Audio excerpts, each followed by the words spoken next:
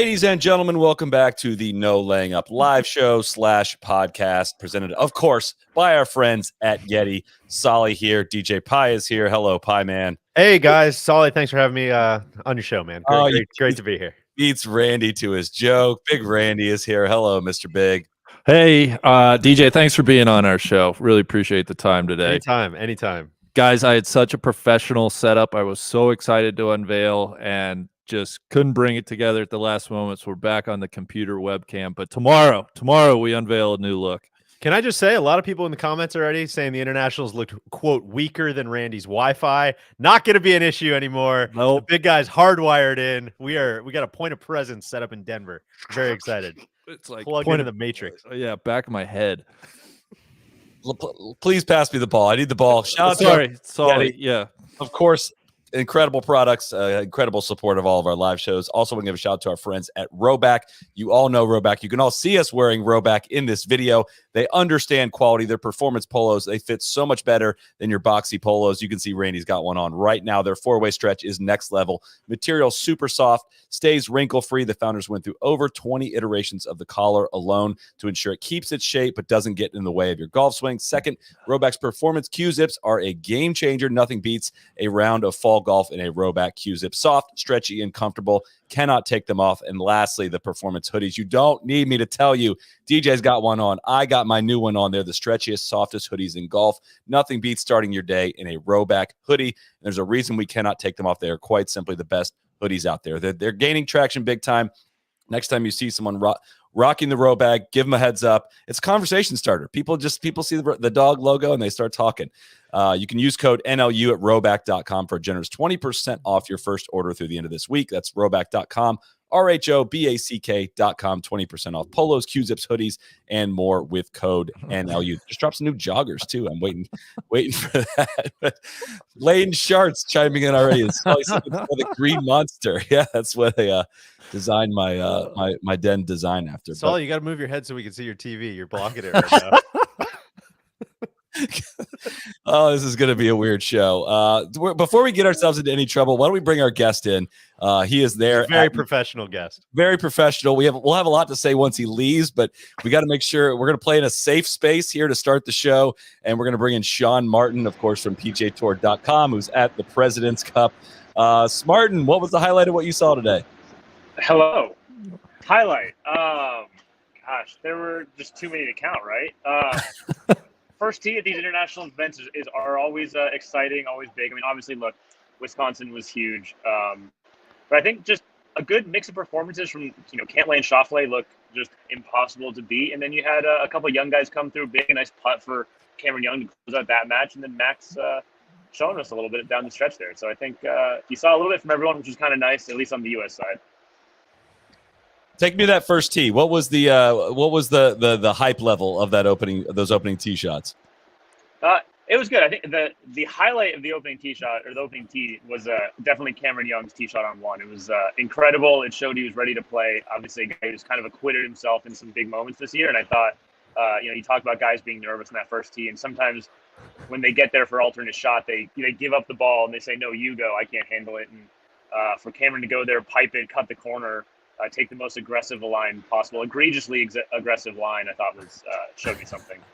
Sean, you're obviously out following a lot of events, out on site at a lot of places. I feel like we see so little from Cam Young that kind of paints the picture, other than him smashing tee shots and seemingly just playing really good golf. Is there anything that you've seen over the past year or so, anything you've seen this week that just kind of I don't know if humanizes is the right word, just anything kind of off camera that you've seen from him that kind of stands out? Basically, please tell us he's not as boring as he can seem at times. He seems a little boring.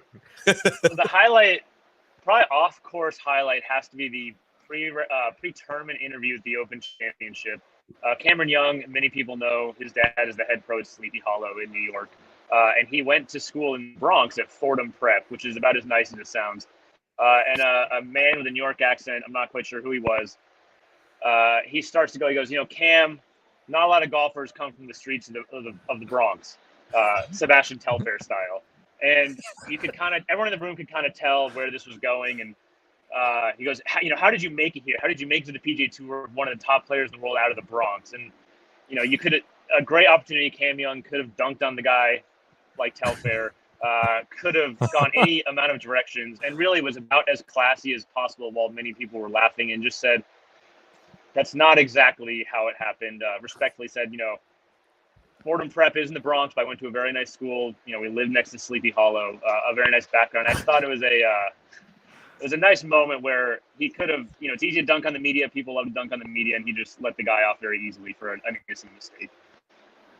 Hey, Sean. How is Quail Hollow? How is it playing any different, or maybe it's very similar? I imagine you've been there for PGA championships in the past. What do you think of the course?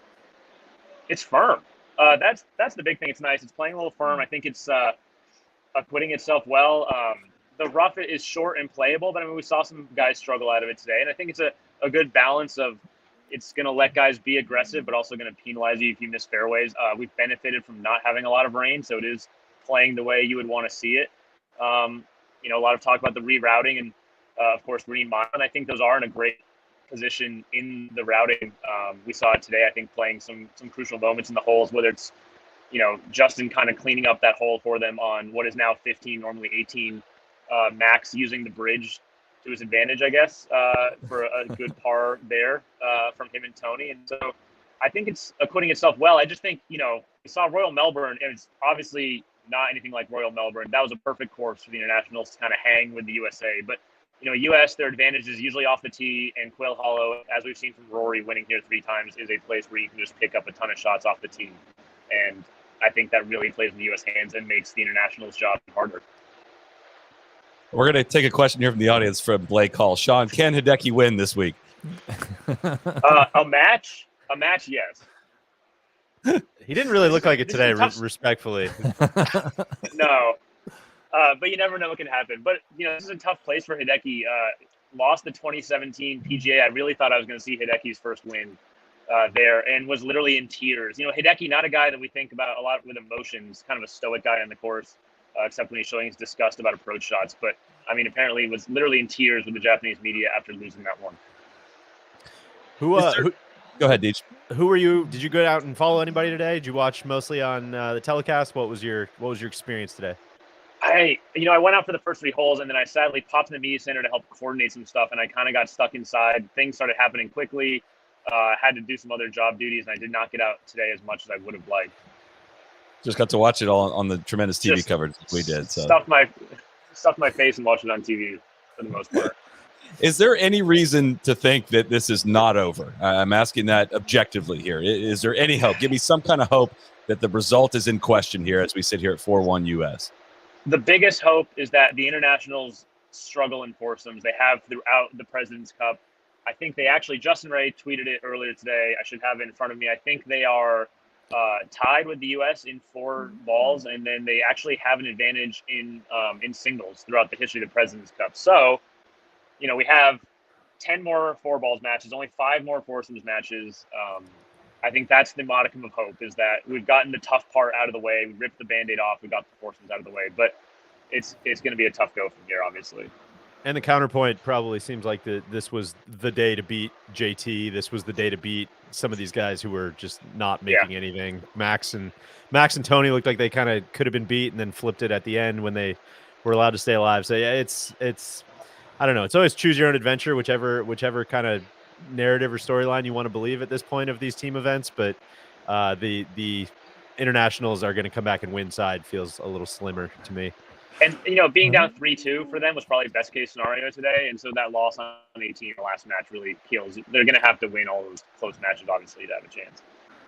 What's Captain Immelman's mood like? Is he, you know, I need him projecting fire and intensity. Is he getting in faces? What's Captain Immelman doing? And he gave a great pre-tournament press conference. I mean, it's a tough position to him to be in. He's going to be asked about the guys who aren't here, how big of an underdog his team is, how much are they going to lose by. And he gave a good, like, I want to run through the wall for you type of speech, you know, talking about just his belief in his guys, how much he, you know, respects them, loves them. He's done a great job of the cohesion.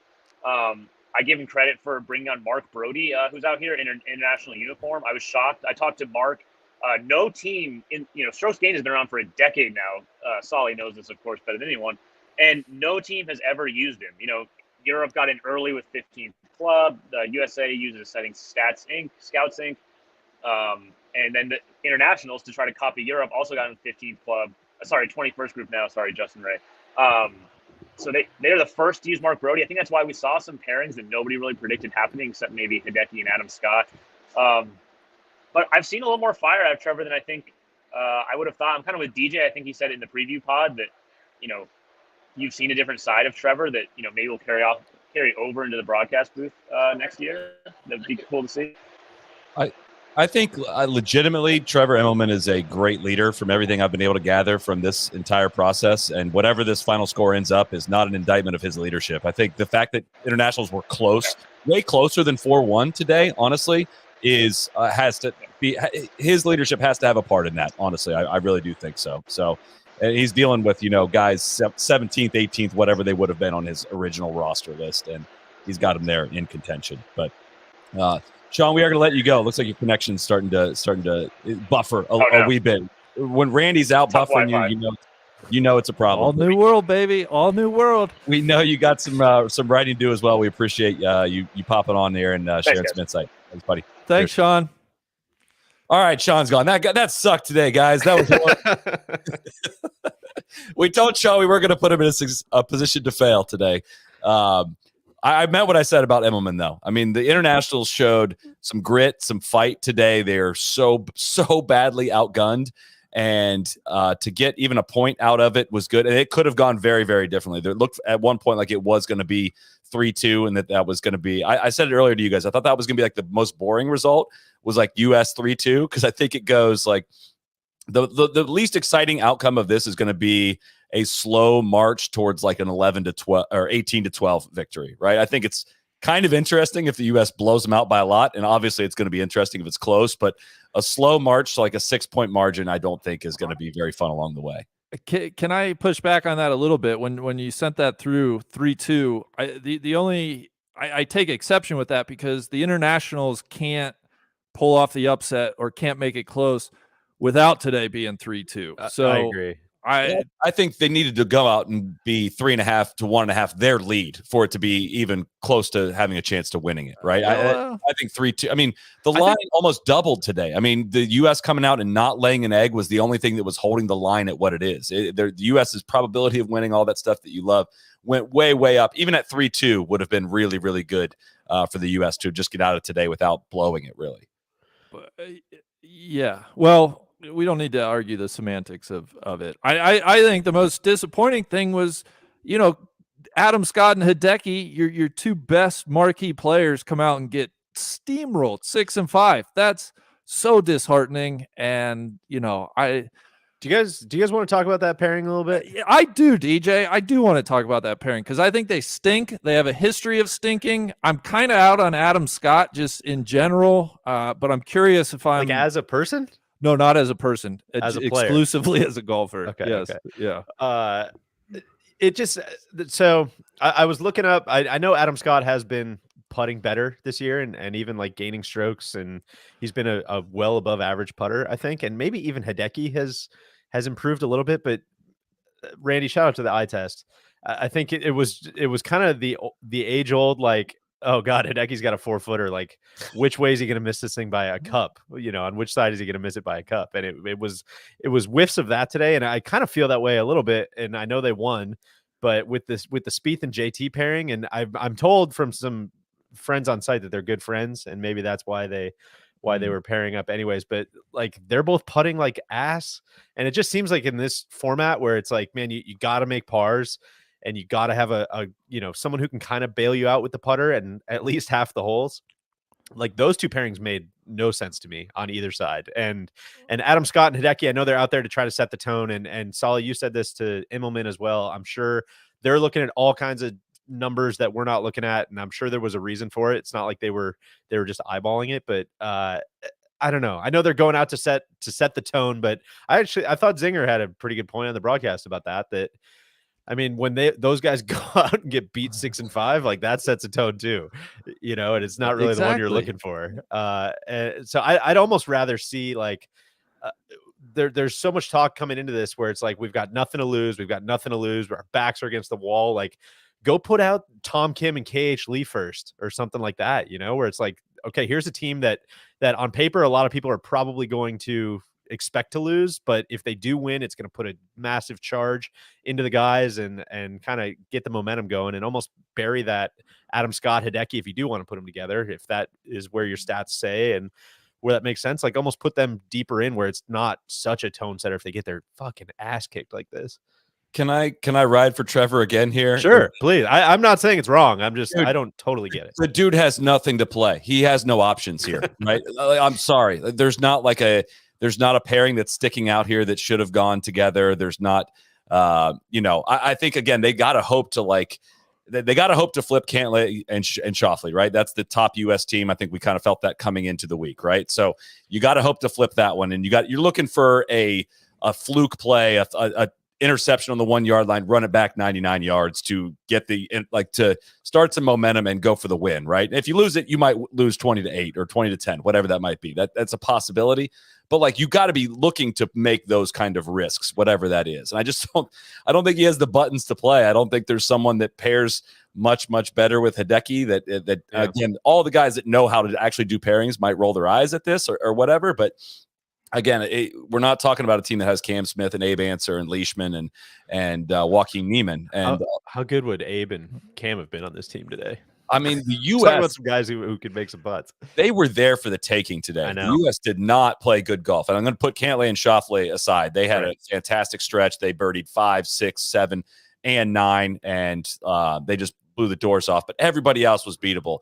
Morikawa played incredible golf, but Cam Young actually really struggled with the putter today, and his ball striking looked like it was a little bit shaky. It was kind of tough to tell from the television. We'll talk about that.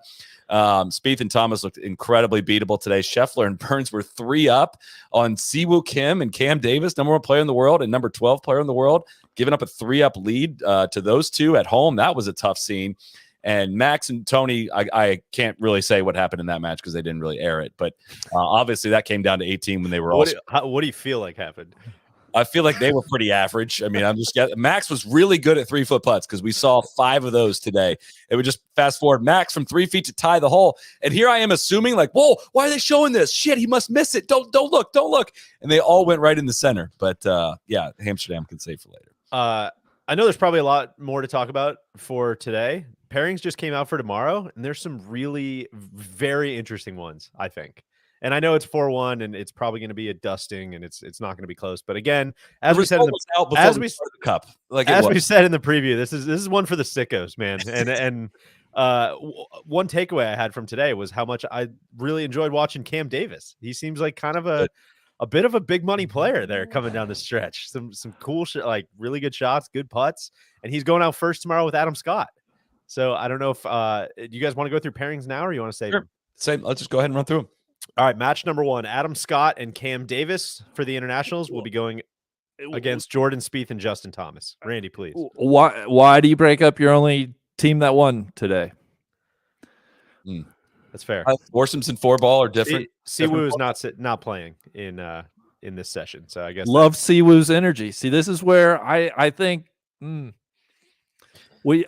Captain Illman's got to go on some feels. He's got to go on some feels if he's gonna, he's gotta make it ugly. He's got to muck it up a little bit. Sand he's in the eyes. Toss bones. Yeah, I mean, we're looking for anything right here. Very curious decision for me. Well, we'll go, but let's keep moving through them, and we'll kind of total them all up afterwards. Match number 2, Sung Jae Im and Sebastian Munoz. Sebastian Munoz, a guy that can make. It seems like he shoots 61 like once every 6 weeks and finishes like T38, but he can make a lot of birdies, is what I'm saying. Against Scotty Scheffler and Sam Burns, I don't know that they're going to have 2 off days in a row, but we'll see. Match 3, not wild about this. Mito Pereira and Christian Bezadenhout against Kevin Kisner and Cam Young. That feels like a formidable team. Love this pairing. Hideki Matsuyama and Tom Kim. I would have liked to see that one today, to be honest. Me too. But I also fuck, man. My guy KH Lee is not playing in the 4 balls either. God, I got some issues. They're playing Cantlay and Xander. That we'll see. Yeah, go for it. We'll see. That's Tom Kim is born for that. He's going to be so amped up for that. And that's what gets me excited is those last two matches. Hideki Tom Kim versus Cantley and Xander, I think is going to be exciting. And then the two Canadians, Corey Connors and Taylor Pendrith, against Max and Billy Ho, which is going to be great. Billy Ho's he has to go very last. He's the last match off. I'm guessing he's going to be just wound up extra tight tomorrow, ready to put on a show. We need some content from tomorrow because today really did not provide much of everything I said in the preview of like, hey, weird shit happens in team golf and it's going to be fun. Almost none of that really happened today. I mean, we're kind of stretching it thin here, trying to find something fun or funny that happened today. We got a couple things. Tom Kim stomping after it and coming up like 30, 40 feet short was nice. That was a good amuse-bouche to maybe some weird stuff, but I need more of it. I need my guy Cage Lee going off in the afternoon too. I don't know if you guys saw the video that they did with Sam Harrop, the guy who does all the parody videos, got all the international players singing, and KH Lee just has this like beautiful falsetto that he's singing in. It was spectacular. Seems like a guy that is so immensely comfortable in his own skin. I'm becoming a massive fan. Well, maybe KH is more valuable not hitting golf shots than he is hitting golf shots. That's a really good point. Really, really good point. A quick shout out again to our friends at BMW. You thought BMW was just the ultimate driving machine, but it is so much more. It's also the ultimate electric driving machine, the ultimate buddies trip machine, the ultimate design machine, because the ultimate cannot be contained to just one thing. All electric, all BMW. Visit BMWUSA.com to learn about the iX and the i4.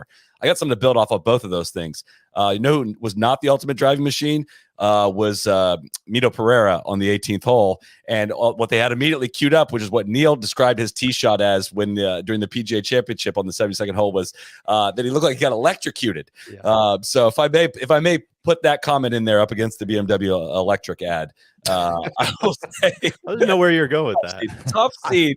The fastest thing, the only thing they timed up really well and had ready for us today was the meetup before his tee shot landed on the 18th hole. They had that Southern Hills clip queued up. That was a fast drive by. I think if I'm Bezaden Hood, I'm maybe saying, hey Mito, why don't you give me the evens tomorrow? Why don't you give me that 18th tee? Because I third time, who knows what's gonna happen in that spot. That was not a good ball he hit today. I thought one highlight golf-wise, and again, we can talk about the golf. I thought just the overall quality of the golf today was not good. I also think the green speeds have a lot to do with that. We can talk about that as well. But I want to give a shout out to Colin Morikawa, because we didn't get to see all these, of course, but he was putting on a total ball striking display. By the time I had looked at it through 12 holes or something like that, and how this course kind of balances out, they're able to exacerbate his approach skill in stroke play, just similar to how they were at Whistling Straits. He gets all the par threes, and he's getting so many of the approaches on the par fours and fives. And this, I promise, this is more impressive than it sounds like. If you looked at what the average distance is from all of these, average distance that somebody hits it to from these yardages, and you consider the firmness, like Sean was saying. I thought the greens actually were pretty firm. It was pretty hard to get it close. And I think they were just kind of so fast that I think it led to not very exciting moments on the green. But from 175 yards, he hit it to 25 feet. From 157 yards, he hit it to 9 feet. From 165, 8 feet. 108 to 25, that was not his best shot. From 246 to 24 feet. From 171 to 17 feet. From 314 to 28 feet. From 110 to 10 feet. And from 200 yards to 6 feet. That was how he started his first 9 approach shots on the day. And for the people that say match play is about putting and it's about all this, it's no. If you got somebody that is going to do this, you are going to win the match. It's pretty hard to lose a match. It really is. It's hard to putt bad enough from those numbers and get beat in match play. And that was for somebody that's not had a great year. Randy, I know he's your boy. I had this hats off to that performance today, and he paired up really well with Cameron Young. I continue to just really scratch my head at how pairings get made. It's starting to wobble my confidence a little bit. Because expand on that. Well, he's not playing tomorrow. And Finau, who seems like he makes, I don't know, birdie on 60% of the holes that he plays, is not playing tomorrow. And it just, I don't know, man. It's a little strange to me that you don't have. And again, they are up 4-1. So I don't even know what we're talking about here. But It just is really weird to me that you don't have Kisner and Horschel playing in the foursomes, and instead you're having them play the like grip it and rip it 4-ball, make as many birdies as you can holes. But maybe I don't know. It's very curious. I would love to talk to some players or captains on how they're coming together with some of these. I think it comes to get down to course fit. I think if this was the Golf National, we would have seen Kisner Horschel pairing. If it was about hitting more fairways than it really is. I think it was, you can line up a bomber in the four, the odd tee shot spot in that foursome pairing. And that makes sense. And I thought Sean had a great tweet about that with the Morikawa stuff, right? Like you're taking basically the one of the best iron players, if not the best iron player on the planet, and giving him an extra 30, 40 yards and getting them closer. Yeah, which makes total sense. But some of these other guys, it's like, well, if Horschel, who's like a exceptional driver of the golf ball, like I don't get why you're not putting him on one of those foursomes teams and having him hit half the tee shots. It just doesn't make a ton of sense to me. But I'm sure they have it's not like they're not thinking of it. I'm sure they have a reason. I just don't really know what it is. I think it goes back to like their role on this team is as the 11th and 12th men. Like they just don't stand out as being like good course fits necessarily, and the U.S. didn't have anyone else really to turn to in those slots. They are very good golfers, and they're going to probably play very fine, and they were good options for that. But if you're throwing out your 10 best guys in foursomes, that would be how you'd want to use them. I don't know. It's probably like you want to have guys that are scoring differently on par fours and par threes and par fives is kind of how you would do that with 4-ball, right? Like if you're gonna take a good par 3 score, you don't want to make him birdies on the same holes, basically. But again, you're talking about such incredibly fine margins with that stuff that I think it's way harder to find out what your edge is in 4-ball than it is foursomes. I think that the teams seem to gel or make sense or not make sense a lot quicker and easier when you're playing somebody else's golf ball. Yeah. And I guess maybe there's some protection built in for someone like Billy if it is his first, his first team competition and he runs super hot. It's like if he's off then and he's hitting bad shots, there's no protection going on. So maybe it's easier putting him in 4-balls with someone like Max, who's obviously in form and playing really well. So I all of these things kind of seem like there's a point and a counterpoint. It's just kind of whatever one you want to go with. I think that's right. I think, the Davis Love has a very large margin of error with his pairings. I think DJ, you showed earlier that Bezadenhut apparently is a phenomenal putter. Why he wasn't playing foursomes was really curious on the international side. And I just get back to, I want anyone to take some chances, right? You got nothing to lose. Mix it up a little bit. That's what I guess was disappointing. We've seen the Hideki Adam Scott pairing before. They haven't been super successful. I think they were like 1-3-1 coming into to today, and they got rolled over. Would throw like Tom Kim and KH Lee out there first against Xander and Patrick. What the heck? I kind of don't put too much stock in the President's Cup records, like past records, either positive or negative, because it's like, well, dude, it's just been so lopsided that like every international player's got their fucking ass kicked, and every U.S. player looks like a rock star because they've all won everything. So I don't know. I was thinking about that. Like, granted, the Spieth, what did they say? Spieth is now 5-0 or 6-0 in foursomes in the President's Cup is like that, and that's a good example too of someone who has historically like not driven it great and wouldn't seem like they would make a ton of sense in foursomes, but tends to get it done. And kind of that's where Randy, they were kind of speaking to some of the intangibles after their round a little bit. And when someone hits it crooked, you've got a guy like Jordan to hit weird ass shots and get you back in the hole and just kind of figure it out. I think like all of us on such a different plane here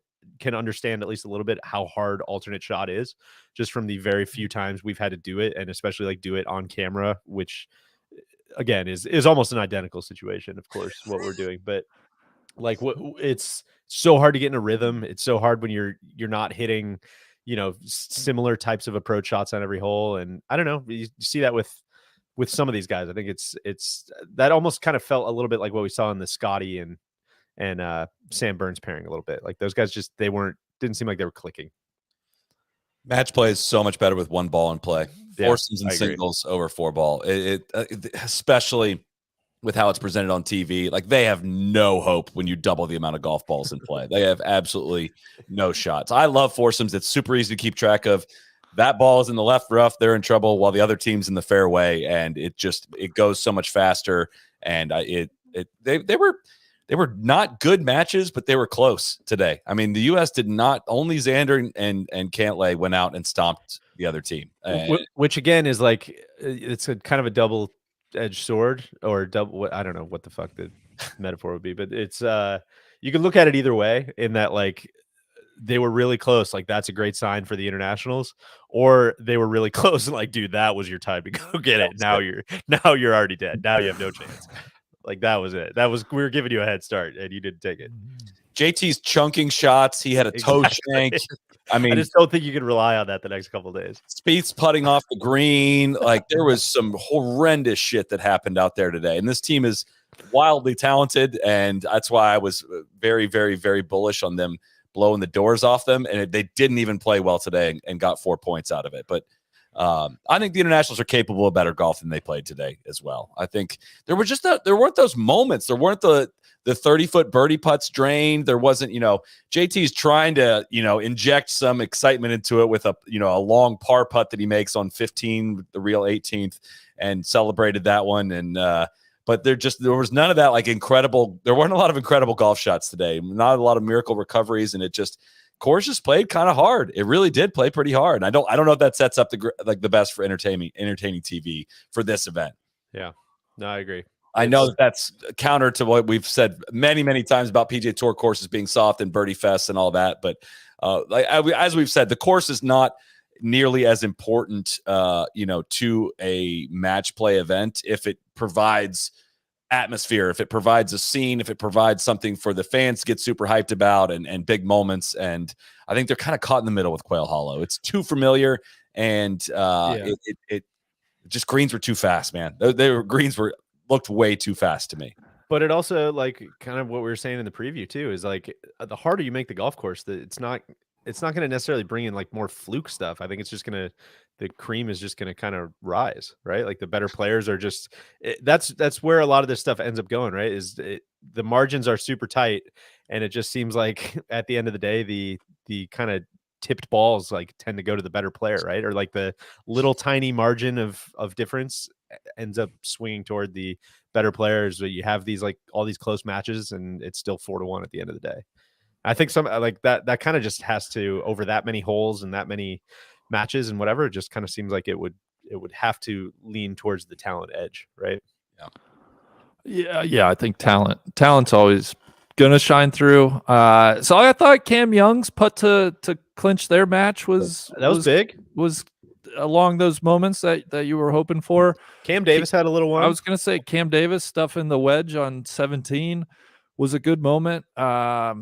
On our screen, Dennis Peterson was saying kind of low energy in general, and that was my takeaway. Is it just, I thought that was the overriding thing, and I don't want to blame the course too much for that. I think it's probably just everybody thinks the U.S. is going to win by a lot. The international team's been decimated by defection, and it's hard to, like, when you've kicked their ass for years and years, and then you got them on, we're going to kick your ass again. It's just tough to like really get up for that as a fan. I feel like, I don't know, maybe that's just me. I think players too. Like, I think they honestly, a part of them feels a little bit bad, like getting too amped up or getting too animated about this, because it's going to be that big. I'm not joking. I honestly, I know. I think you're so right, which is why I'm laughing so hard. like, doesn't it feel kind of silly to dance super hard when you're, when you're beating Taylor Pendrith and Mito Pereira? Like, I just think it's hard to get super hyped about that. Yeah, it's reminds me a little bit. There's a Simpsons like transition where they go to the news desk and Kent Brockman's like, and of course the little engine that no one thought didn't, and like that's the end of the story. That's kind of how today felt a little bit. What's best case scenario then for the rest of this, man? Because like I was hyped for this, and I'm not ready to apologize yet, but I'm close. I'm bullish on some of the. Who knows? I'm bullish on some of the like 4-ball matches tomorrow. I don't think it's going to be anything crazy, but I think they're. I don't think it's going to be 4-1 US again. I don't think it's going to be 8-2 going into You think it's Saturday. What's that? I think it's gonna be 5-0. Maybe. I mean, it just as easily could, I suppose. But I think they'll get a couple back tomorrow. But then it's on Saturday morning you're going right back to the foursomes, and I think they'll probably get dusted again. So I think, like you said, Saul, it's just going to be probably a slow bleed. I going way back to the conversation you guys were having earlier. That's where I think 3-2 would have been very important, Randy. It's crazy how different 4-1 feels than 3-2. Even getting a half, right? Yeah. 3.5, 1.5. They needed that any type of point from that last match. Yeah, and even if Solly, I think you're right that it's probably like we always kind of fall into the same fallacy in these team events where there's so many freaking points available in the singles, and We're 60% of the way through. Yeah, it can all swing like super quick, and you always get kind of these outsized like perspectives on all of these sessions. But so I do think it'll be kind of like a slow bleed, but I don't know, just keeping it close has something to do with like just mentally watching it and mentally like the momentum and all of those kind of stupid intangible things are just going to go away, even though there are so many points still available, I think. It still is weird how probability works in golf. Randy, please don't fall asleep on me. I promise this will be somewhat interesting to you. Like the odds for the U.S. to win as right now on Data Golf are only 88.5%. And how often do we see football games get to 99% win probability and flip? Like it happened with the Jets game last week. They were at 99% chance of losing and flipped it in the fourth quarter. Yet this feels more like a 99% probability. Like this does not feel like they have a 8% chance. There's 3.5% chance of a tie. 8% chance that the internationals will win this. It feels like 1 to me, and that's not. I don't think that's the jingoism in me that is saying that. What are the odds at right now? Like the actual. I think the U.S. is minus 2,000 to win. Can you imagine putting up $2,000 to win $100 on the U.S.? I was telling everyone I could to bet it at minus 330 if you lived in one of those states, and here we are. So, well, let's going into tomorrow. I know DJ, you read off the matchups, but do a little heads up. Let's give a little predictions here. All right. Adam Scott, Cam Davis versus Jordan Spieth and Justin Thomas. I'm going to give that one to the internationals. Okay. Guys, talk to me. How am I wrong? I'm sure people are like, oh, why the hell does Randy not like Adam Scott as a golfer? Like, but he just doesn't do it for me. Why? How am I wrong? Why am I wrong? Why am I an idiot? Talk me off of that. I'm not going to tell you how to feel, right? I think he's a wonderful gentleman. I think he's a beautiful golf swing. I find him likable. I've always I think I'm with you on all of that. Okay. You just don't think he's good? I just don't think come on, Adam, we gotta, this is doesn't pass the eye test. This is the time, man. Come on, be a leader. I think he's quietly been playing much better golf than you may have paid attention to. I know. He's kind of like just under that surface of he's playing very, very consistent golf. I think. I mean, I didn't play great at the Tour Championship, but T5 and T5 at the first 2 playoff events. He's had like kind of nice finishes all year. He's just very freaking solid, man. And I think it kind of ebbs and flows with the putter. He's going to hit it great every day. And that's where I think, I don't know, Cam Davis seems like he's got at least a little juice, and maybe maybe almost like if you'll allow, almost I know these two people could not be more different, but almost whiffs of the like Phil Keegan stuff where Adam Scott has played so many of these fucking events, right? And he probably, like, I'm not saying he's going through the motions, but probably needs a little spark. And now he's got Cam Davis playing his first one. He's excited. He's got a little energy. They're going out first. Maybe that's a little bit of an inspiration, and some of the putts fall, or some of the stuff goes their way. Also, JT and Spieth like looked really bad today. Yeah. So big spot for Cam Davis. Loved watching him. Yeah. much more of a unit than I ever realized. I'm not down with I can't get down with the flesh colored beards. That's always going to be a no for me. Sure. But Adam Scott, I mean, if you have the most beautiful swing in golf, you know, you got to win a little bit more for me. But hopefully the all Aussie pairing kind of, you know, gives him some. I'm looking for Adam Scott to be like Allen Iverson on that Sixers team that went to the finals. Just drag the whole team. Give him a chance. Come on, Adam. We need you to. If you're going to get this animated about Adam Scott, you got to turn your game down just a little bit. Like we're at maxed out levels here. I appreciate it. I love seeing the passion out of the big guys. But that's why I need Immelman. I need Immelman getting in asses in the team room. I'm sure he is. I think Spieth and JT played better tomorrow than they did today, and they won today. So I'm going to take them still to win that one. Next up, Scheffler Burns versus Sungjae and Sebastian Munoz. A hard time believing Scheffler and Burns lose again. Sam Burns did not look good today. From what I gathered, that was a very shaky first team U.S. team. I'm Team Burns. Listen, he's got a ton of talent, and he should 100% be here, but that was not the start he was looking for today. Scotty also looks gassed and just like exhausted. Yeah, missed some putts that, you know, it seemed like he'd been making all year. They started really well. They were pouring him in the beginning, and then again, kind of losing track. I mean, I have to go through Shot Tracker to see where Burns was driving some of these drives today, but they totally just ran out of momentum and played pretty horrific on the back nine. I think if you're putting a gun to my head, I guess I'll take the number one player in the world and Sam Burns. But I don't think that one's gonna be a blowout. I weirdly think Munoz is gonna play decent as well.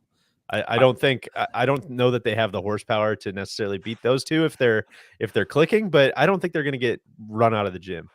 I'm praying Munoz is on, and I'm fearful he's going to shoot like a 76 on his ball. But I'll predict that the internationals get at least 1.5 points out of those first two matches. Hell yeah, I love that. Okay, so you said you're going Scheffler and Burns. I'm gonna go with those guys. Okay, Mito and Bezaden-Hout against Kisner and Cam Young. Let me start. I think the Americans win this. Yeah, probably by the 14th hole. I think this one could be ugly as well. Guys, I'm going to take the U.S. in all 5 of these. I don't think they're going to go 5-0 tomorrow, but I think at worst it's 4-1, and I don't know which one they're going to lose. But I think the U.S. I mean, they're favored obviously in all of them. I do think Kisner's going to play really well. I think he's, you know, for all the talk of him needing to be on a team, and I do think he's going to be locked in and you know, very intense, and I expect him to play well. Yeah, I don't that international team's a bit of a question mark. I can't say I know a ton about Bezaden-Hout other than he's apparently like the best putter on either team. And perfect day to sit him. Mito, yeah, exactly. I mean, but if we're talking like I gotta save him. He has if you make them all on Thursday, you're not going to make them all on Sunday. He like legitimately one of the worst drivers over the past 3 months in all of golf. That's probably where that starts from, and not striking the irons well, which is tough.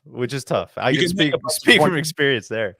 You can make 20 footers for bogey. I just don't think that's going to serve you very well against, you know, some of the best players in the world on the other side. And Mito, I don't know, in this format, I still, as much as we've seen him, you know, in the PGA and now today, it's like I still don't feel like I have a great sense of his game either, to be honest. I know he was just like eviscerating people on the Korn Ferry Tour, which makes you think he's just kind of this electric type, like really high octane player, and it doesn't really seem like that, just kind of based on what we've seen from him this year. So who knows? I don't know what we'll get. I think match 4 has got to be the marquee match, right? If there is one tomorrow. Hell yeah. Hideki, Tom Kim. Tom Kim was awesome to watch today. Hideki, Tom Kim versus Cantlay and Xander. Which I was joking before we came on. I think if I'm Davis Love, I'm just having Cantlay and Xander follow Hideki around. I mean, just look, I don't care who you put with Hideki. I'm waiting till you put him up on the board, and that's when I'm sending out my boys. I don't know what the order was of who put him up there, but it looks like they did it. I think Tom Kim, I mean, listen, we're very early in this. It seems like he's ready he seems like he wants the ball. Yeah. Right. And that's where it's like, yes. Hey man, tomorrow's a chance. 20 years old, the first team, playing with the stud, playing against their studs. Like, Again, Randy, kind of to your Munoz thing. It's like it seems like it could be a 64 or 74 tomorrow. Yeah. I don't know what we're gonna get. I can't wait. This It's is gonna be interesting. Exactly. This is the spot. This is how legends grow. If Kim comes out and shoots 65 tomorrow and is acting with all kinds of energy and enthusiasm, like that's how that stuff begins. So awesome opportunity for him tomorrow. Can't wait to watch that match. What the heck? I'll call for the international upset. Whoa! I'm gonna. You think it's a classic trap game? It could be, it could be. Who knows? I don't know how they're gonna win, but I'm picking them to win. Maybe some sort of rule snafu or something. Exactly. We'll see. I'm going to pick a tie. I like them all, man. I'm calling it as a draw. That it's got to be a hangover game for the big U.S. studs. Last match, I'm taking the U.S. on that one. Last match, Connors and Pendrith against Horschel and Homa. Thank you for your service, by the way, throughout. I'm not taking all of the U.S. I'm going to go. I'll reverse jinx Max here. I'm going to take Corey and Taylor Pendrith here, which I must admit, I think that was the first time I've seen Taylor Pendrith play golf. Was this week? For sure. I was texting Bacon. He's got like a Canadian Robert Carlson. I like that. Very much like that. I don't know what that means, but that was what popped into my head. Go back to the Corey Connors Sung Jae pairing today. They needed to win that match. God, I loved that pairing. That was again. If I'm Trevor Immelman, it's like, dude, I'm at minimum like my good players. I gotta get a lot out of you guys. We needed you, dog. I've been needing something out of that. They made 5 bogeys today in foursomes. They made an eagle, which wasn't really an eagle. It was kind of conceded the 2-putt. And they birdied 8 and 9. That was it. They had nothing. 7, 8, 9 was their only stretch where they did anything. And we know how good both those players are, and they laid a big fat egg today against, again, extremely vulnerable, chunky, toe shanky, hooky, Spieth JT pairing today, which had almost nothing going. Yeah. I think Billy and Max might shoot like 58 tomorrow. I think they are going to vibe each other's faces off. I can't imagine if you're Max. I cannot imagine going from maybe the calmest, like what seems like the most relaxing guy on the planet in Tony Finau to the most high stress, like again, just premium sports car. Like, let's go drive this thing 200 miles an hour, see what happens. Kind of a guy. That's a weird, very interesting spot to put Max in his first team event. But I cannot wait to see what happens. Again, they might shoot 74 as a team as well. I have no idea, but I think they're gonna.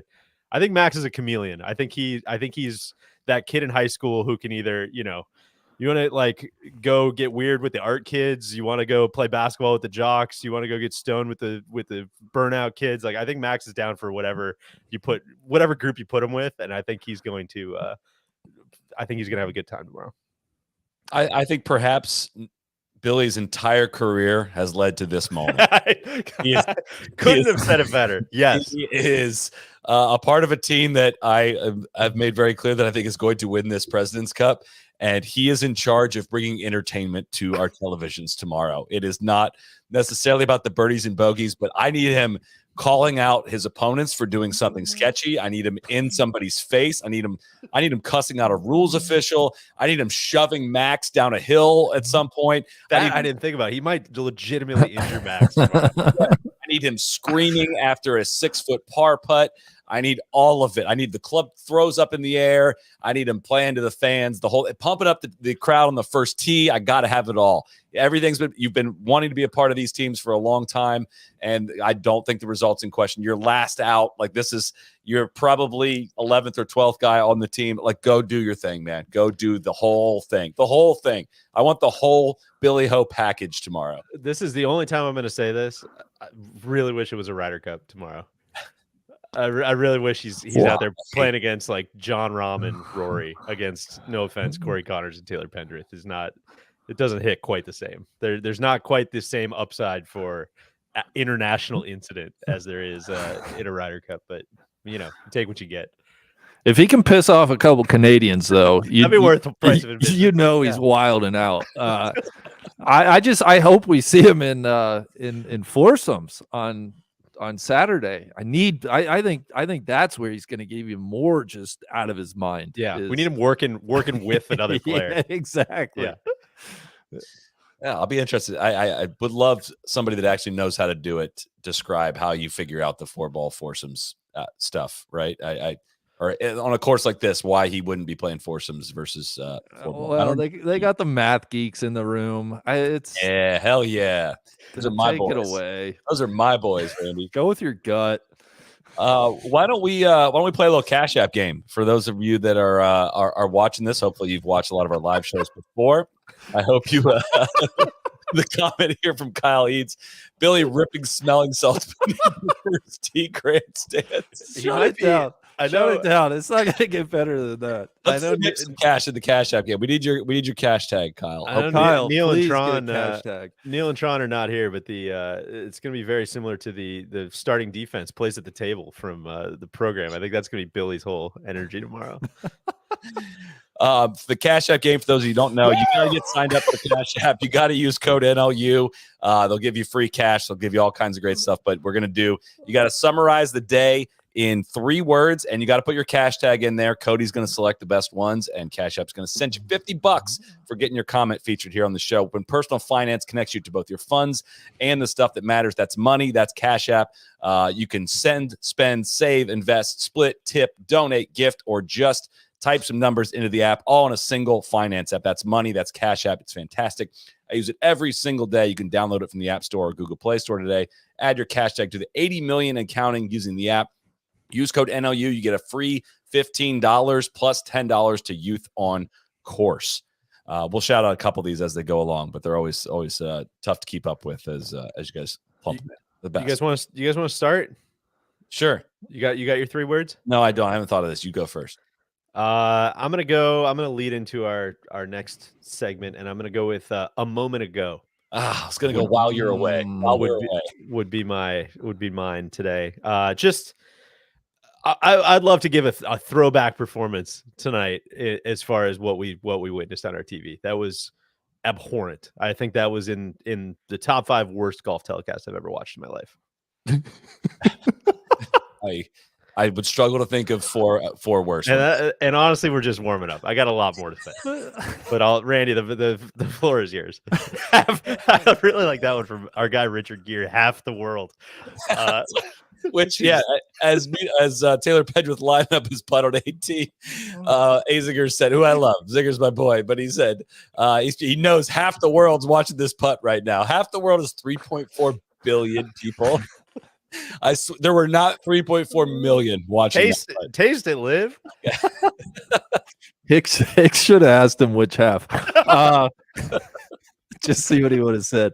You know what I was thinking today, and it goes back to that first matchup. But you guys are baseball fans, right? You whether it be a first game of a playoff series or maybe down the stretch, your team's in it. You got your ace going, big game, and the ace just comes out and gives up like 6 runs in 3 innings, and it's like, dude, what are we even doing here? So my 3 words were ace got bombed today, or ace bombed today, I guess would be 3 words, and that was Scott and Hideki. That just is so deflating. That specific example hits pretty hard this week as far as kind of the Guardians being in town with the White Sox. We need Cease to give us good innings. Yeah. It just wasn't quite enough. But yeah, I feel you. Solly, what do you got? You did a moment ago. I'm gonna test the boundary limits of this game, if you will. But I'll just say, what we doing? I want to say, what are we doing? But that's 4 words. Like, what? No, seriously, what are we doing? How about just what is this? What is this? What is this? It's a horrific television product. What are you? We're not meeting the minimum threshold for entertainment here. I mean, it is a complete disregard for the format. They just literally take their stroke play mindset and just go, oh, let's show a shot over here. Then we'll show a shot over here. Then we'll show a shot over here. There's no match play storytelling at all. They don't even keep a leaderboard up on there to show what the status of the matches are. They don't like play the shots. They try to tell you what happened for all the interesting shots and only show you the chips and putts of what happened. What the US versus the internationals, the world except Europe without even having their top players. Like, seriously, what am I supposed to feel about this? Who's supposed to be like rooting for the internationals? Even the name internationals, like, you can't chant that. Like, what are we doing here? I really don't know. I know it's been this tournament's gotten just beleaguered by Liv, if you will, but we're going back to a golf course that is on the PGA Tour every year. We see it every single year. It's not one of the better ones. It's not one of the best tournaments every year, yet now it gets this tournament. It got a major championship too. I just don't know what we're doing. I really don't. We're giving like a presentation before the first tee. Like, instead of like trying to pump the crowd up, they're thanking the sponsors and all this. Just I hyped this event. I said it was going to be interesting, and I'm close to apologizing because that was just a reminder. That's another good 3 words. Will you apologize? We'll save that for later. But I really like Scott Anderson's golf but quieter. I thought it was really, really good. That's really solid. Solly, let me just say I have never been more proud of you. I've told myself coming into this week I'm going to have a good attitude. I'm going to try to find the positives in this. I'm going to get invested. But I'm glad, because if not, I would be right there with you. I mean, what the hell is even all of this? I'm still looking for the positives. I think we are due for more fun the remaining 3 days than we got today, but it just was a reminder. Like, this current golf world has kind of made you choose sides. And if we were deciding between Liv and the PGA Tour, I've made it very clear that, like, I'm rooting for the tour over Liv, but that does not eliminate the many, many, many, many, many flaws that we've highlighted many, many, many times over the years. And this just put all of it on display. It really did. It just felt very soulless, and it just had me asking, like, honestly, what are we doing here? Right. Like, I'm really am searching. You got like team golf right. Like, that's literally it. Like, the rest of it doesn't really work. And I think it's still better than like watching the Bay Hill, and I think we're due for a little bit more fun than this, but man, was today rough. And I'm just super worked up about like not being able to watch these professional golfers play in their matches. Like no streaming groups online, nothing. Like, at least give me a chance to watch Max online if I want to go out of the way and do it. Right. 5.5 hours of coverage, 10 balls in play all day. And I felt like we didn't see much of anything. So there's plenty of like objective PGA Tour things that I would, in my limited understanding of all of this, would love to see changed. I would love to see it be a mixed event. We've been saying that for about 5 years now. Like, how much cooler? It's in the public now.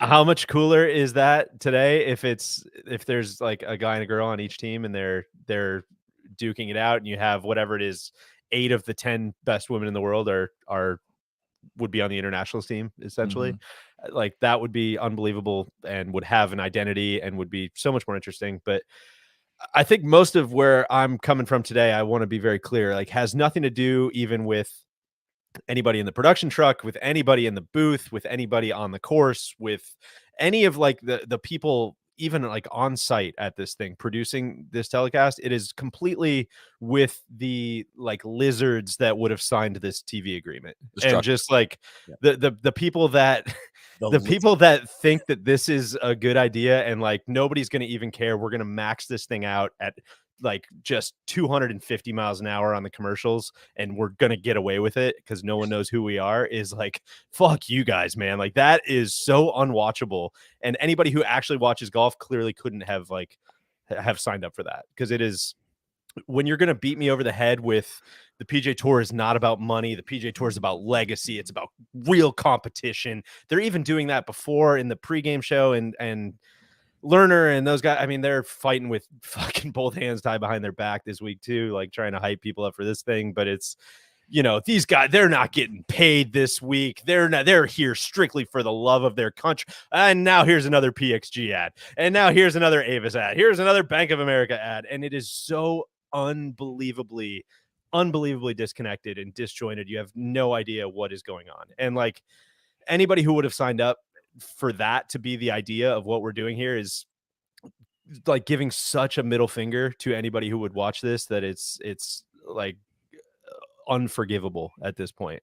And listen, a lot of this is like, of course, we're taking it a little personally because, you know, we talked about how excited we are to watch Max this week, right? And he's been working for 15 years and like high level competitive golf to make it to a team event. He finally does it. Finau hits the first tee shot. He's standing in the first fairway. His whole fucking family's watching. Everybody who's ever met him, anybody who's ever played golf with him is like, wow, Max is on the President's Cup team. I can't believe I get to watch him right now. He's in the first fairway, and 75% of the screen is a fucking Bank of America commercial, and there's no audio. You can't even see what is going on, and it's just like, dude, fuck this. Why would anybody choose to watch this? And granted, it got better as the day goes on, but it's like, Did it? I mean, you know, when the last 3 matches are down there, I felt like at least it was the last hour at least felt a little better. Maybe I lost my will to fight, but it was like, oh my God, man. It was just, that was like a bridge too far, where it's like, you know, we've been talking about this live stuff for so long that I feel like we kind of taken our eye off the ball, just how bad like the TV coverage still is. Yeah, it's yeah. I mean, when they got, I'll give you the last word. Now got to 16. There were 3 matches on the golf course, and they missed the first 4 shots of that hole, like a par 5, like the tee shots and the second shots on a par 5. They missed that with 3 holes left and 3 matches on the golf course. Why are they not just showing these on tape at least? Like it's one thing to come back and show them on tape, but I feel like they don't even show many of the shots. Right. And that's kind of like, I feel like that's what you see on, you know, if you complain about it on Twitter or whatever, it's just like, well, just watch it on DVR.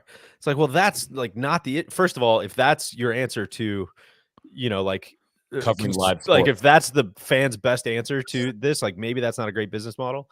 And second, like if they're not showing the shots in the first place, it's not like I'm missing what they're showing. Like I'm still watching everything they're showing.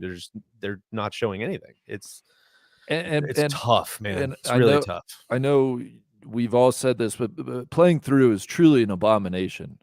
Just go all the way to the commercial. I don't. Playing through has to go. It's simply horrible. Well, and they still do the same wipe after playing through that, like, will make you, if they end the commercials and somebody's starting their swing, you'll miss the swing and you'll miss the whole start of the clip or whatever it is. It's and shout out to all my people watching online, is every time it goes to playing through, they get a full screen commercial, so they like don't even see those shots. It's just, I don't know. That's I know nobody likes hearing like the TV complaint stuff, but it's like that is the experience of the day. Is like, honest to God, if you ask me like what was the biggest story of the day, is like how pissed I was for 5 hours watching that, because it was awful. Yes. Oh, but we got Captain Cam, the camera in the cart. So that was they got digging at Bryson, which I thought was pretty sweet, actually. When he ducked under the rope, they made sure to get the replay of that one instead of all the golf shots they missed. But I kind of give up on their. I mean, they do this for the Ryder Cup. They do it for the President's Cup. They can't tell the match play story. Like they don't really even try. It's not even a close call. And it's not going to change. You almost forget it because you only do it once a year, and then it happens, and you're just like, oh yeah, that's right. This is how it feels every time. So, which is great for building a long-term fan base. I'm sure that's, maybe over time they'll see their ratings decrease because people can't really watch it. But who knows? It's too early to tell as of this point. So he's being editor's note. He's being sarcastic. A couple other things to clear through here. I thought Siwoo's interview afterward was awesome. I went to media day in 2018 when he was the defending champion of the Players Championship, and he did not speak English to the level he does now, and he came out and just bravely. We always are quick to shout this out when dudes are doing interviews and not their first language and clearly not great at it. Came out and said, like, hey, we were nervous early on. Like, we were nervous, and we settled down and played a lot better golf coming in, and I thought that was a great little interview afterward, and I just wanted to shout that out. Yeah, that was great. I cannot believe he's sitting tomorrow. Yeah, that's weird. Yeah, I don't have an answer for any. There's no reason to rest someone in particular for one of the first 2 days, right? I can see sitting somebody a session if you do that, it's on Saturday, so they don't have to play 36, but the way this is spaced out, it lets you kind of ride your horses if you want to. But Want to do a couple odds and ends? Sure. Just Let's kind do of that. random best things we saw. Sure thing. Randy, you want to go? Yeah, hopefully Codeman's there ready to tee this up. But at one point during the telecast, and guys, I've been playing golf a long time. I mean, you guys, I'm 38 years old. Probably been playing 30 years now. And it didn't really click to me until I saw NBC kind of going through a hole. I had no idea the water, you're not supposed to hit it there. Did you guys know that? I feel like, I'm today years old when I found out you're not supposed to hit in the water. So They put the 1X mark in the water there. As if you're listening to the podcast, we're showing an image of the seventh hole, the par 5 that has water short, and there's 3 clear markings on it to no go for the water. Because when they put the 1 up there, I was super curious. It's like, oh, is that the target? That's weird. I wouldn't have expected that. When they put 2 on there, Sure. I was like, oh my gosh, is maybe one of It these seems bad, but maybe you can get up and down. exactly. targets is great. When they put 3 up, I was like, oh, you don't want to hit it in the water. Can't go there. Stunned. Yeah, no, that's bad. So I guess the huge props to NBC for really educating me on just simple golf strategy today. So that was one of the best things I saw. I got a text from somebody during the broadcast, and just I think they were irate about kind of how much of this stuff can just be verbalized instead of saying like, and that putt comes up short. You could be like describing the hole, or you could be doing any number of these things. Like the whole problem, not to go back into it, but is when you're not showing shots and you're like doing dumb cutaways. Right? It's like where you're just shooting yourself in both feet instead of just 1 foot. So that keep an eye out for that tomorrow, I guess. But I really loved. I want to shout out Paulo Uggetti, I think from ESPN, just pointing out. I would really encourage people to go seek out the visuals of this. He was just pointing out like why Xander's trying to look quote so hard in all these team pictures, and they all look like he just looks like a massive tough guy. And then he took the hat off today to hit a couple shots, and he's starting to look a little beefed up. He's got the little like it looked exactly as Paolo pointed out, like the meme. I stopped by one of my biggest haters' funerals. It's so good. One of my favorite things I think I've seen in quite a while. So my favorite thing I saw today, we can't play this because we're not allowed to play video from this, but there was a putt that went in the JT Spieth match that went not very far past the hole. I forget who hit it. I think it was Sung Jae was going to have to hit the comebacker, and they cut to, and Spieth like turns to JT like asking, should we give it to him? He doesn't even get a word out, and JT just goes, no way. And it was just so perfect. Just to like, no one was giving any putts today. I kept looking up, like whenever there would be a close one, I'd go look it up on Shot Tracker. It'd be like 2 feet 2 inches. No, we're hitting cups today on that one. Max had 2 putts to win from 6 feet, and they made him putt it on either the second or third hole, I think it was. There were no gimmies to be had out there. I would have thought this would have been a little friendlier on day one, but that was one of the best things I saw today. Greens are fast. Yeah, greens are fast, and that's my kind of match. I will give if that's a tactic from the top. Kudos to Captain Indelman for that. What else we got? Oh, can we talk about the Finau mustache thing? Oh, we can. Yeah. Many people are sending this in. If you're on the podcast, apologize. Seek out the visuals. Did Big Tone cut off half of his mustache, or is this some sort of camera trick? Cody, what can you fill us in here? You're just laughing your ass off over there. I'm still trying to get to the bottom of it, or some would say maybe the top of it. I don't know exactly which way we're going, but it appears I've tried to enhance this the best I could, but it came way too pixelated. But it appears half the mustache is missing, so maybe we're gonna have to hit up the Pro 4.0, the big homie. He said, I think it was whole. That was the Max's quote. We sent him the picture, and he said, I think it was whole. Man. Well, if anybody knows the whereabouts of the other half, I think also reach out. I don't know if it's bad camera angle or shot, but that was, people got a little stirred up with that one on Twitter. But I was going to say, Paul McGinley on Live From.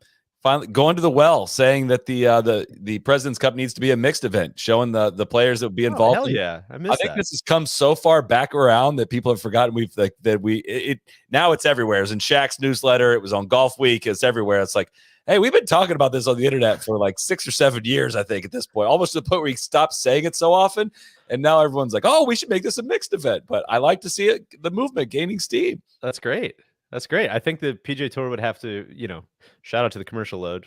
I would have to have some sort of commercial incentive, no pun intended, to do that. I don't know how the actual business of it would work since it's all completely owned by the PGA Tour right now. But I mean, shit, man, if you're the LPGA, I almost think it's like, I don't know. I have to think through this, but there's no real downside to like lending your players to a massive, massive, massive stage, right? So. No, it'd be wonderful. I mean, if they really wanted to, they would easily find a way to do it. I don't want to go completely down this route, but knowing that probably a potential conversation with the LPGA Tour from Aramco or from Performance 54 is coming, why would the PGA Tour not get ahead of something like this? Well, we've kind of seen how they've gotten ahead of almost nothing. So maybe that's take that question and apply it to everything from the last 18 years. Which is it's so messed up. This is a point Beth Ann made. Beth Ann Nichols of Golf Week. I talked to her periodically on the Trap Draw, and that was the exact point she made. Was the PGA Tour is dangerously close to having the Saudis be the first ones to bring together men and women in a joint golf competition for American golf. And like, that's truly, truly, truly messed up. And it's tragic. There's no other way to look at that. Yeah, man, it's truly heartbreaking. It really is. Like, it's wild how fast they're getting shit done. You know what though? Like I think a big part of what's missing from this President's Cup and why it doesn't feel doesn't feel like a real competition, and what it really delegitimizes the OWGR, because they're not playing for OWGR points this week, and I think that's total bullshit. Like the OWGR needs these players to be playing for, otherwise it's just completely it's becoming a laughing stock. All the people I see at the coffee shop are laughing at the OWGR and its irrelevancy on the world stage these days. I don't know if the live guys are not paying their bot bill or whatever it was, but oh no, they're paying. They're all. I've met them all this week, my man. I was gonna say, I felt like the sentiment almost flipped this week. When the Norman letter thing came out, it was just a total dunk fest. Norman sends a letter to Peter Dawson, the chairman of the OWGR governing board, and he just begged and pleaded for OWGR points, made the same propaganda arguments that we've heard him make all over the place. And man, it just was dunk SCN. Everyone just started piling on so bad. I expected it to be 50-50 like it almost always feels like it is. And this was just a total dunk fest. Yeah, I don't know. It doesn't. We've been saying the same thing over and over about all this stuff, but I think the very short version of it, and kind of building on some of what I was posting about this week, was this idea that like no, like, you don't understand, we'll just give them to the top half, we'll just give half the guy, like, you got to finish in the top 24 to get OWGR points if you're on live. Is like, dude, none of these guys have qualified for this tour. Like, that's why the OWGR has the rule that you have to have a qualifying school, and you have to have some way to actually prove you should be on this tour, because otherwise, for instance, and I'm not picking on him, I'm sure he's a very nice guy, you have someone like James Pyatt, who won the USAM, signed a contract, and is now on this tour. And now, instead of going to, say, a PGA Tour event and beating 70 qualified PGA Tour event or PGA Tour players, or 80 or however many you need that week to actually, earn OWGR points, you have to beat 23 other random signees. And like, having that as a way to try to balance the scales makes absolutely no sense. So there's a lot of reasons why this like bureaucratic stuff is built in, and I don't know, I know nobody wants to like take the time to look into any of that, but it's kind of there for a reason. This part's super simple. The OWGR is not a ranking of the best golfers in the world. It is a measurement. It is a ranking of the best golfers' performance in measured golf events, measurable golf events. That's what it is. It's not a power rankings. No one is questioning Cam Smith's talent or ability. Not one person. No one is saying he's not the second best player in the world or a top 5 player in the world, whatever that might be. No one is saying that. But he's not playing in golf tournaments anymore that we can measure actual performance. He's playing in 54-hole exhibitions, exactly like you said, that don't have a feeder system. We have no idea how or why these people are qualified for it. Chase Koepka would be the worst player on the entire PGA Tour and finished 9th. How the fuck in the last event? How the fuck do we evaluate what that Cam Smith win means? Like, there's no scale to actually do it, right? So it's not that difficult. It's really not, and it's just amazing, like, to watch Norman just beg and plead, like, just totally throwing the criteria out the window and just make a fool of himself. It's great fodder. Can I play devil's advocate? I don't even know. Do we want to, like, are you guys wanting to talk about this? But I think the other side of the argument would be when situation arises such as live, and obviously a significant, or let's say a non-insignificant amount of what I think we all agree is world-class talent are playing golf events. Like, maybe you just have to rethink the whole system, right? And essentially, do we have to come up with a new system when the environment completely changes? I would push back on that respectfully and say that has happened so many times with new tours popping up, and all the OWGR says the same thing every time. Here's our list of criteria, and just meet that. And what is the fucking problem with just meeting the same as all the other tours and all these other tours who have bent over backwards and changed their own rules to be part of the system? And like, it would be so I'm not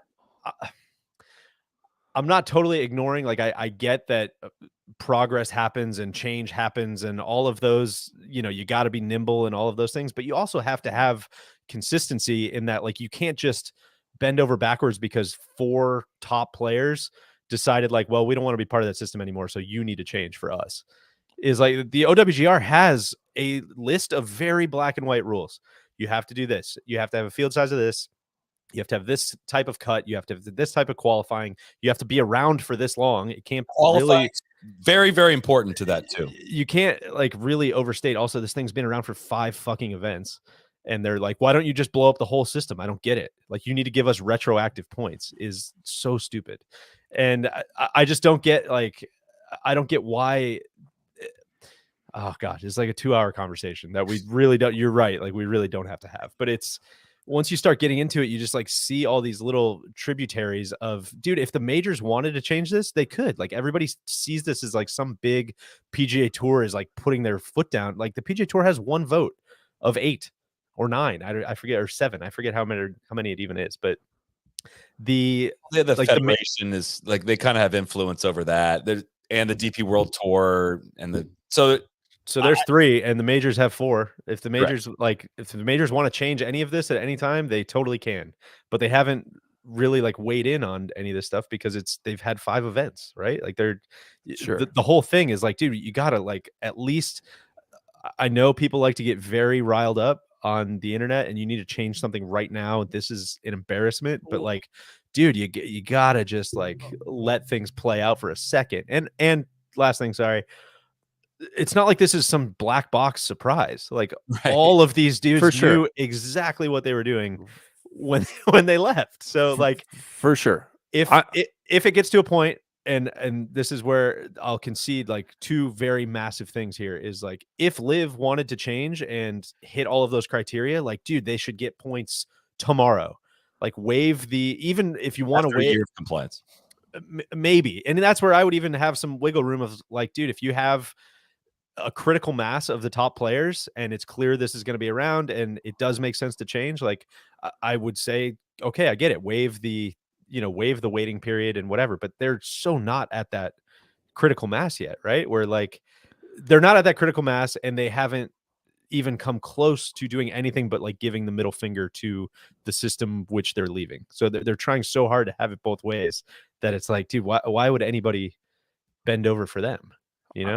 I think that's fair. Like I said, I think it's important just to try to play devil's advocate where possible. I mean, I think what I get back to is, like, the OWGR. It's been around since the early or mid 80s. Yeah. And so it's not like, golf existed and majors were played, and it's not like the OWGR has been necessary since the start of time.